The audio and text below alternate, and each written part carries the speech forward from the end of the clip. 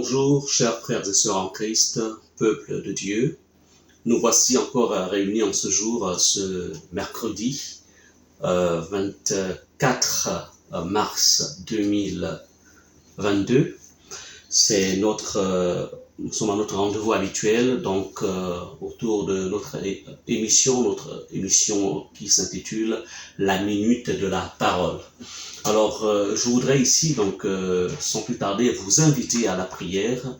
Élevons tous nos voix, inclinons nos têtes, voudrais-je dire, et nous allons élever nos voix afin que l'Esprit de Dieu nous assiste tout au long de cette étude, ce partage biblique. Nous prions.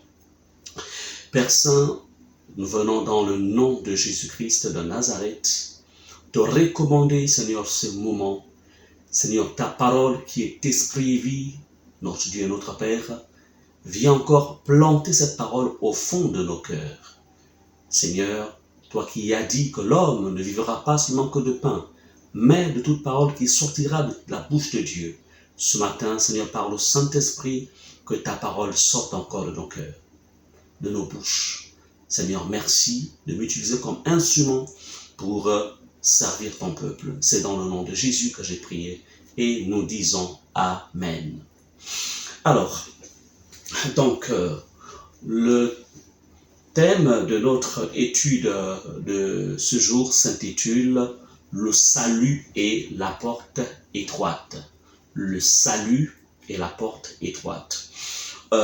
Chers frères et sœurs en Christ, nous avons un jour accepté Jésus dans notre vie. C'est parce que nous avons été conscients que nous étions avant tout des pécheurs. Et par conséquent, étant pécheurs, aucun pécheur n'a accès au royaume de Dieu.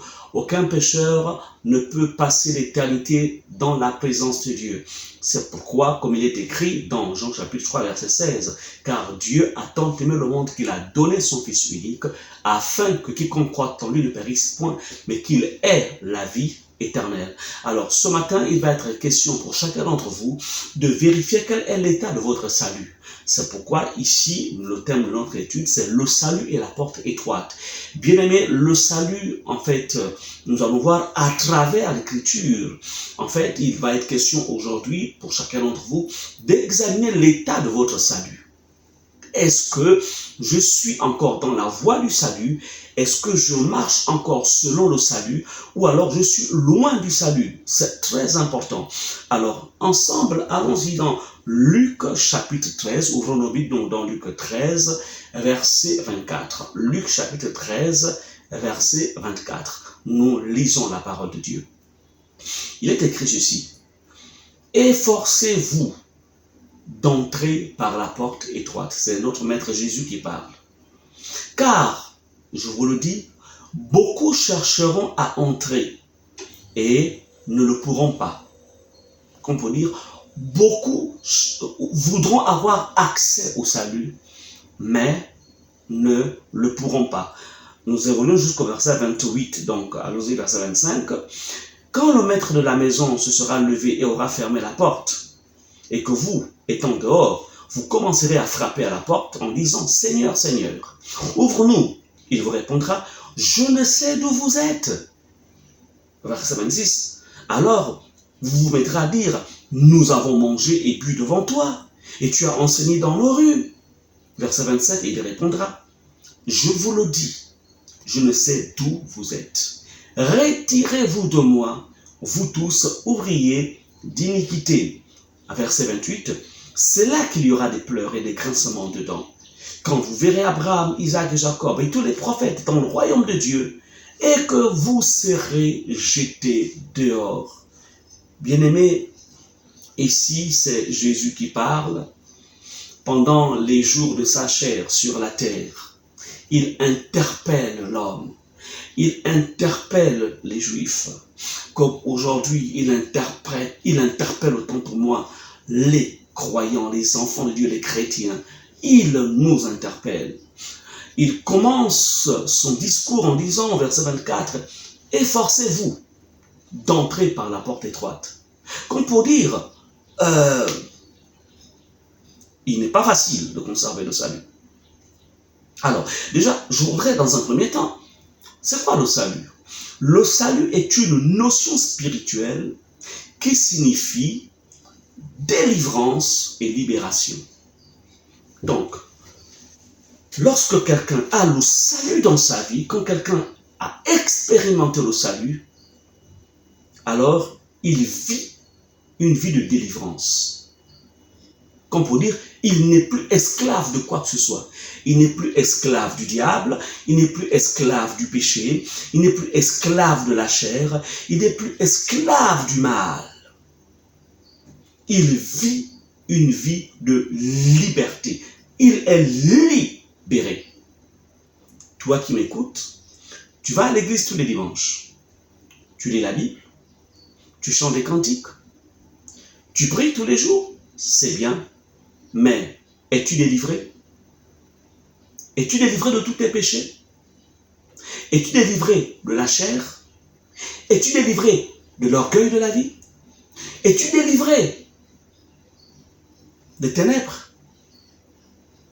Donc, la délivrance, dans le salut biblique, plutôt, le salut biblique implique la délivrance.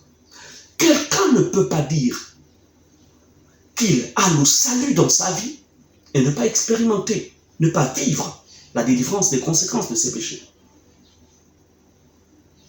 Le salut, quand le Seigneur, c'est un don le salut. Quand tu reçois le salut de Dieu dans ta vie, en fait, en vérité, on peut expérimenter, la personne peut expérimenter une différence d'une vie avant le salut et une vie avec le salut. Il y a une différence totale. Donc, lorsqu'on a le salut dans sa vie, lorsqu'on expérimente le salut, on n'est plus molesté par ses ennemis. La chair, le diable, les sorciers, les démons, le péché, ces choses ne dominent plus sur nous. Ça peut vouloir nous combattre, mais on sera toujours vainqueur. Pourquoi? Parce que le salut de Dieu en nous repousse. Parce que le salut de Dieu, c'est la puissance libératrice de Dieu qui agit dans notre homme intérieur et qui repousse les œuvres des ténèbres. Bien-aimé, lorsque le salut est dans la vie de quelqu'un, on est conservé de tout mal. On est conservé de la chair. On est conservé. On mène une vie de conservation par rapport même à notre éternité. On est conservé de l'enfer. On est épargné. On a une assurance intérieure. Bien-aimé, Jésus dit, efforcez-vous d'entrer pour que le salut de Dieu soit expressif dans ta vie. Il te dit, il y a un chemin par lequel tu vas passer. C'est la porte étroite. La porte étroite, c'est la porte du renoncement. Le renoncement de sa vie ancienne. Le renoncement de la vie d'orgueil. Le renoncement de la chair. La porte étroite, c'est l'endroit par lequel on est brisé. C'est un lieu par lequel c'est une porte. C'est la porte du brisement. C'est la porte de l'humiliation. Comme Jésus fut humilié, Jésus fut brisé. Le salut. Es-tu passé par cette porte? Lorsque le brisement se présente à toi, comment agis-tu? Lorsque l'humiliation se présente devant toi, comment agis-tu? Acceptes-tu de te faire humilier? Ou alors, tu fais ressortir ta nature ancienne? Jésus dit, car je vous le dis, beaucoup chercheront à entrer et ne le pourront pas. Frères et sœurs en Christ, à vous qui me suivez, sachez faire une différence entre le fait d'être engagé dans une église à travers diverses activités et avoir le salut. Le salut, il y a des preuves du salut dans la vie de quelqu'un. Quand quelqu'un est sauvé, ça se voit. Ce n'est pas après la mort qu'on se dira, waouh, est-ce que je vais être sauvé? Non, c'est maintenant. Ce n'est pas après la mort qu'on se dira, waouh, mais certainement il était sauvé. Non, c'est maintenant. Comme dit Jésus, c'est à leurs fruits qu'on les reconnaîtra. À leurs fruits. Bien-aimé, tu ne peux pas être une source et produire de l'eau salée, comme dit Jésus. Non, l'eau salée, c'est pour la mer. L'eau douce, c'est pour la source. Les fleuves, les rivières. Efforcez-vous. Je voudrais ici vous interpeller. Comme Jésus nous interpelle ici. Il dit au verset 25, quand le maître de la maison se sera levé et aura fermé la porte de la grâce, bien sûr, parce que la grâce est presque à son terme. La porte de la grâce se ferme petit à petit. Et que vous, étant dehors, vous commencerez à frapper à la porte en disant, Seigneur, Seigneur, ouvre-nous. Il vous répondra, je ne sais d'où vous êtes. Pourquoi? Pour avoir tout simplement autant de la grâce, autant la grâce était effective, vous avez refusé de passer par la porte étroite. Attention. Attention à la porte large. Attention à cette porte où, en fait, on vous élève. Cette porte où on parle bien de vous.